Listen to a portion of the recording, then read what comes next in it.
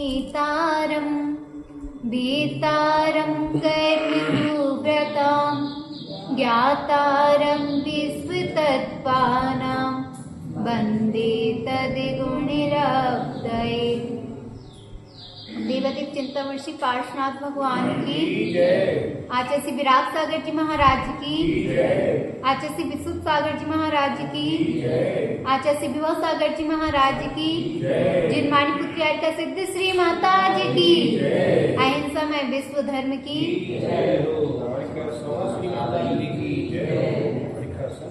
विनय, विनय कैसे करनी चाहिए?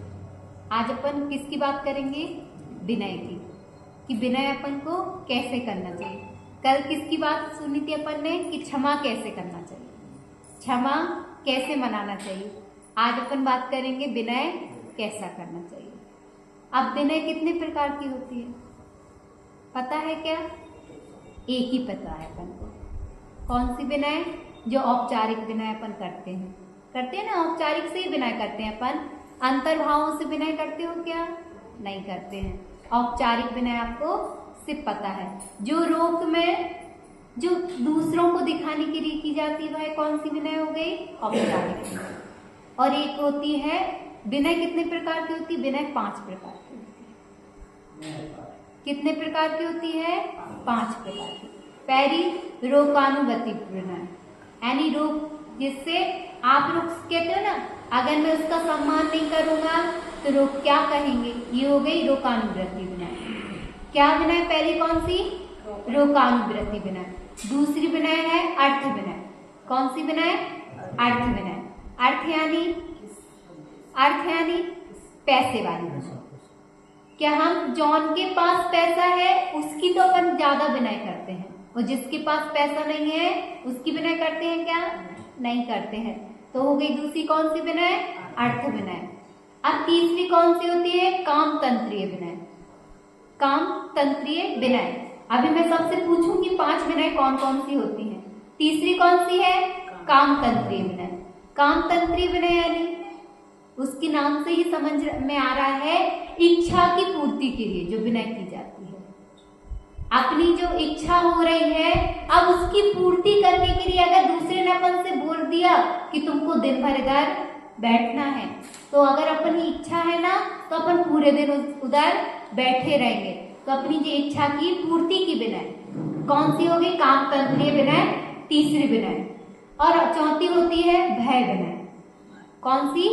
भय विनय।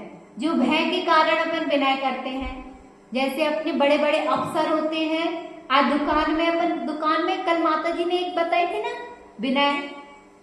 कौन सी विनय बताई थी? दुकान वाली बताई थी क्या? नहीं, क्रोध वाला बताया था उसमें उदाहरण। अब मैं उसको दूसरा विनय से घटित करते हैं। अब जैसे विनय, आप सभी ऑफिस वाले हो और कोई कोई दुकान वाले हैं, है क्या? नहीं है आप लोग? जैसे आपकी काय की दुकान है भैया? किराने की दुकान। किसी की होती है कपड़े की दुकान। अब कपड़े का उदाहरण मुझको सबसे अच्छा आता है, इसलिए मैं कपड़े का उदाहरण बता दे रही। अब जैसे कपड़े की अपन दुकान में गए, अब जैसे आप सब कोई जाओगे कपड़े की दुकान में, और कपड़े की दुकान में जाके आपने क्या करता है दुकान वाला? पहले आपसे पूछेगा, भैया ठंडा तो नहीं पीना? हाँ, गर्मी तो नहीं लग रही है? करते हैं क्या? नहीं पूछते हैं। तो ये हो गई औपचारिक विनय कर रहे हो। अब फिर उसको क्या, भैया बैठ जाओ।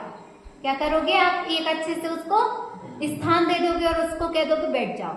अब उसके बाद क्या करोगे? आप उसको अच्छे अच्छे कपड़े दिखाना स्टार्ट कर दोगे। आप बहुत देर तक आप उसको कपड़े बताते रहे, कहीं वो अच्छा मुंह बनाएगा, कहीं बुरा मुंह बनाएगा, तब भी आप उसका मुंह देखना पसंद कर रहे हो। अब आपको देखना तो बिल्कुल पसंद नहीं आ रहा है, मगर उसका मुंह तब भी आप देख रहे हो। क्यों देख रहे हो? क्योंकि आपको किसकी विनय कर रहे हो? भय से विनय कर रहे हो। अगर मैं इसका मुंह देखना पसंद नहीं करूंगा, इसको मैं कुछ जवाब दे दूंगा, तो ये क्या करेगा? मेरी दुकान से चला जाएगा। ये करते हो क्या? नहीं करते हो? हाँ। अब दूसरा आता है ऑफिस में विनय कैसे करते हो आप? ऑफिस में अपने सर आए, आप क्या हो जाते हो? खड़े हो जाते हो। आपसे कोई भी बड़ा आएगा तो आप क्या करते हो? खड़े हो जाते हो। और जब तक नहीं जाता है तब तक क्या करते हो? बैठते हो क्या? अगर वो नहीं बोलेगा तब तक आप लोग क्या करते हो? खड़े रहते हो। करते हो क्या नहीं करते हो? तो ये हो गया आपको। अगर उसको मेरी बात से कुछ भी थोड़ी सी ठोस पहुंच गई, उसको मन में थोड़ा सा भी कुछ भाव आ गया, तो वह मुझको क्या करेगा, या तो नौकरी से निकाल देगा। तो यह भय विनय हो गई। आप भय के कारण उसकी विनय कर रहे हो। अब पांचवी होती है यथार्थ विनय। कौन सी विनय? यथार्थ विनय, जो अपने मन से की जाती है, जिसको करवाने के लिए ना भय उत्पन्न करना पड़ता है, ना लोग की कोई की चर्चा करनी पड़ती है कि लोग क्या कहेंगे। ये कौन सी विनय होती है? यथार्थ विनय। यथार्थ विनय कौन करते हैं? जो विनय से पूर्ण व्यक्ति होते हैं, वह यथार्थ विनय करते हैं। अब विनय से पूर्ण व्यक्ति कौन होते हैं? एक तो सबसे पहले कौन होते हैं? साधु। कौन? साधु जो यथार्थ विनय करते हैं। सबसे अच्छी विनय करते हैं साधु लोग करते हैं। आप लोग करते हो क्या? हाँ करते हैं। जो विनय से संपन्न व्यक्ति होते हैं, जो विवेक से संपन्न व्यक्ति होते हैं, वह कौन सी विनय करते हैं? यथार्थ विनय करते हैं। अब यथार्थ विनय में भी दो आती है, एक तो आंतरिक विनय और एक औपचारिक विनय। औपचारिक विनय क्या कि बड़े साधु आए, यानी बड़े साधु आए तो अपन ने उनको ऊंचा स्थान दे दिया, ऊंचा स्थान दे दिया, उनके अनुकूल भैयावृत्ति कर दी, तो ये क्या की हो गई? औपचारिक विनय। कौन सी? औपचारिक विनय। और आंतरिक विनय कैसी होती है कि अपन उनके जो पूज्य पुरुष रहते हैं, अपन को उनके आदर्श अच्छे रखते हैं। रखते हैं क्या नहीं रखते हैं? अपन को ऐसा लगता है उनकी तरह हमको भी बनना है। होता है कि नहीं? मन में भाव आते हैं। कभी आप अच्छे व्यक्ति को देखना तो अपन को ऐसा लगता है कि हमको उसके जैसा बनना है। रखता है कि नहीं रखता है? रखता है। फिर अपन क्या करते हैं? थोड़ी थोड़ी कोशिश करते हैं उसकी तरह बनने की। तो ये हो गई अपनी यथार्थ विनय, यानी उसकी तरह बनने की अपन को तैयारी करना, उसकी तरह बोलने की अपन तैयारी करते हैं कि उसकी वाणी हमको अच्छी लग रही है तो हमको भी उसी के जैसा बोलना है। करते हैं क्या नहीं करते हैं? करते हैं। तो हो गई ये यथार्थ विनय। अब 5 प्रकार की विनय आपको समझ में आ गई। कौन कौन सी विनय होती है? रोग अपवाद विनय, जो रोग के अपवाद को बचाने वाली विनय होती है। पहली विनय कौन सी? रोग अपवाद विनय। दूसरी विनय कौन सी? अर्थ विनय। कौन सी? अर्थ विनय, जिसमें हमारा पैसा आए हम वैसा कार्य करेंगे चाहे वो कार्य अच्छा हो या ना हो। दूसरी विनय कौन सी होती है? अर्थ विनय। तीसरी विनय कौन सी है? काम तंत्रीय विनय। कौन सी विनय है? काम तंत्रीय विनय। उसका उदाहरण क्या है कि हमारी इच्छा हो या ना हो, मगर हम दूसरों की इच्छा की पूर्ति के लिए अपन वैसा कार्य करते हैं। अब चौथी विनय कौन सी है? भय विनय। भय विनय कौन के लिए की जाती है? दूसरे के लिए की जाती है। जो 4 विनय है वो अपन किसके लिए कर रहे हैं? दूसरों के लिए कर रहे हैं। और 5वीं विनय किसके लिए कर रहे हैं? अपने स्वयं के लिए कर रहे हैं, अपने विवेक से विनय कर रहे हैं, ना कि दूसरे के भय से विनय कर रहे हैं। करते हैं कि अपन दूसरे की, आपको अब कोई साधु पसंद है तो आप दूसरे से प्रशंसा भी करते हो। आप प्रशंसा दूसरे से इसलिए कर रहे हो कि उसका भय है आपको साधु का। साधु आपसे कहता है कि मेरी प्रशंसा दूसरे से जाके करो, नहीं कहता है ना। वह आंतरिक विनय है कि अपने अंदर से विनय आती है और अपन दूसरे की से कहते हैं कि वो साधु बहुत अच्छा है, वह इतना अच्छे से अपने कार्य करता है। करते हैं क्या नहीं करते हैं? कहते हैं। तो यह कौन सी विनय हो गई? आंतरिक विनय। आंतरिक विनय यानी यथार्थ विनय। उसके 2 नाम है, एक तो आंतरिक विनय और दूसरा यथार्थ विनय। कौन सी विनय? 5वीं विनय के नाम कितने हैं? 2 नाम है, एक तो आंतरिक विनय और दूसरी यथार्थ विनय। कितने होते हैं विनय? 5 प्रकार से। 5 प्रकार की विनय आपको समझ में आ गई। अब तो आप लोग 4 प्रकार की विनय करोगे कि 5 प्रकार की विनय करोगे? 5 प्रकार से करोगे। अभी भी अपन कितने प्रकार से करेंगे? 5 ही प्रकार से करेंगे। अपन को विनय कितनी प्रकार से करनी है? 1 प्रकार से। कौन सी प्रकार से करनी है? यथार्थ विनय करनी है।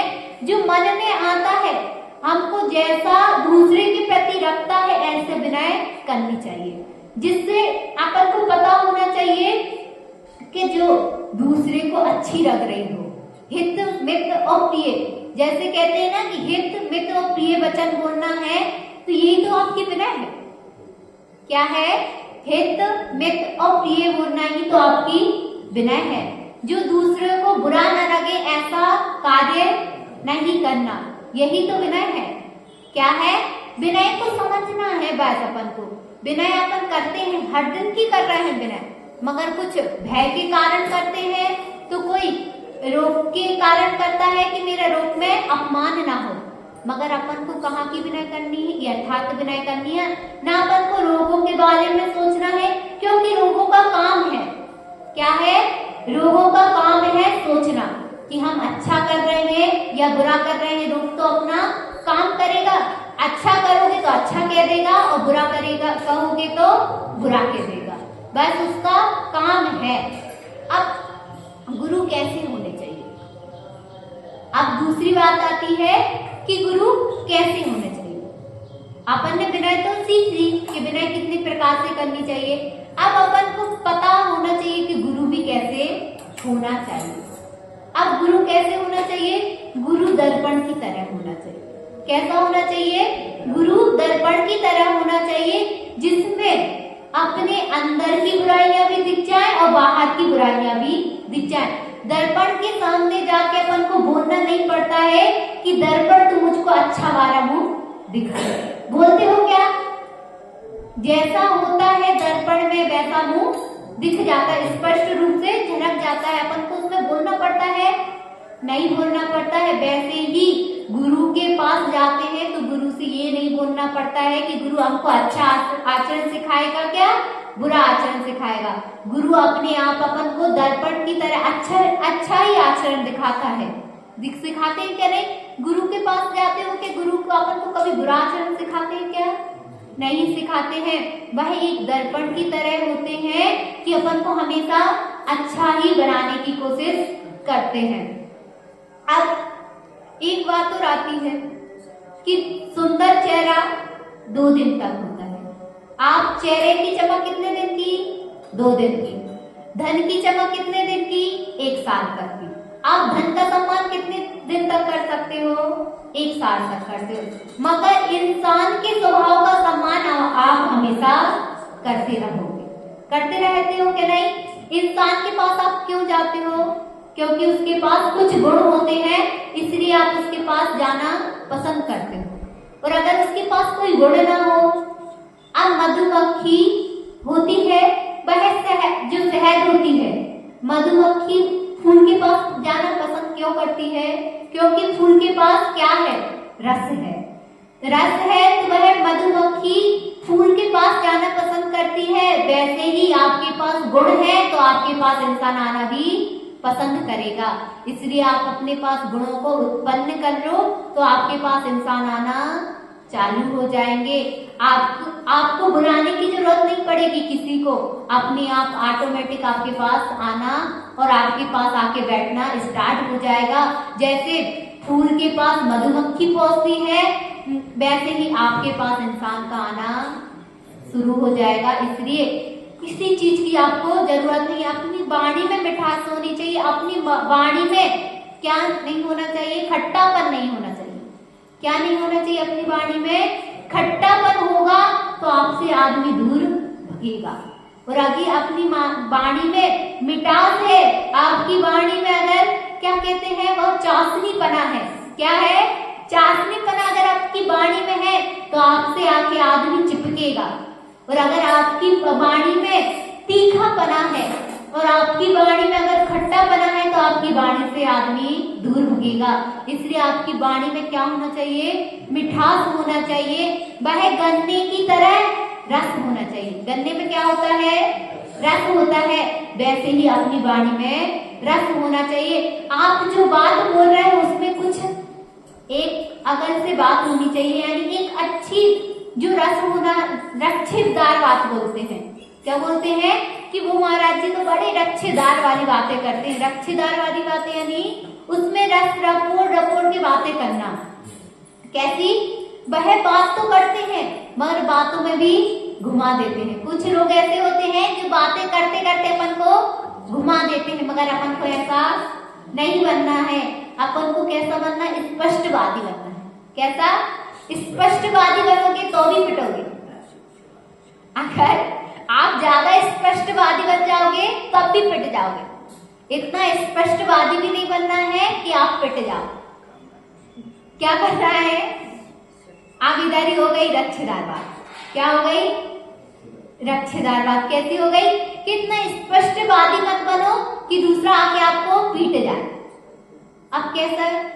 आपको उसकी गलती तो दिख रही है, किसी की आपको गलती दिख रही है, मगर आपने जाके उसके स्पष्ट रूप से बोल दिया कि भैया तुमको ऐसा नहीं करना है, तो वो क्या करेगा? उसको लड़ाई करना स्टार्ट कर देगा।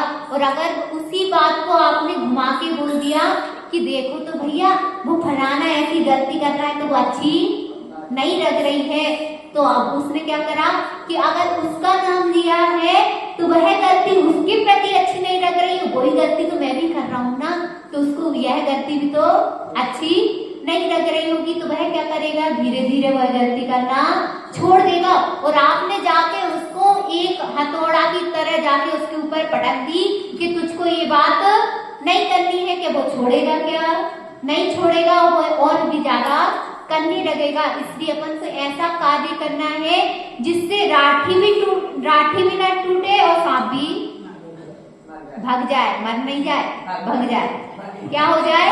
मर ना जाए, भाग जाए। ऐसा कार्य अपन को करना है। बोलो अहिंसा में विश्व धर्म की जय। सरस्वती माता जी की जय।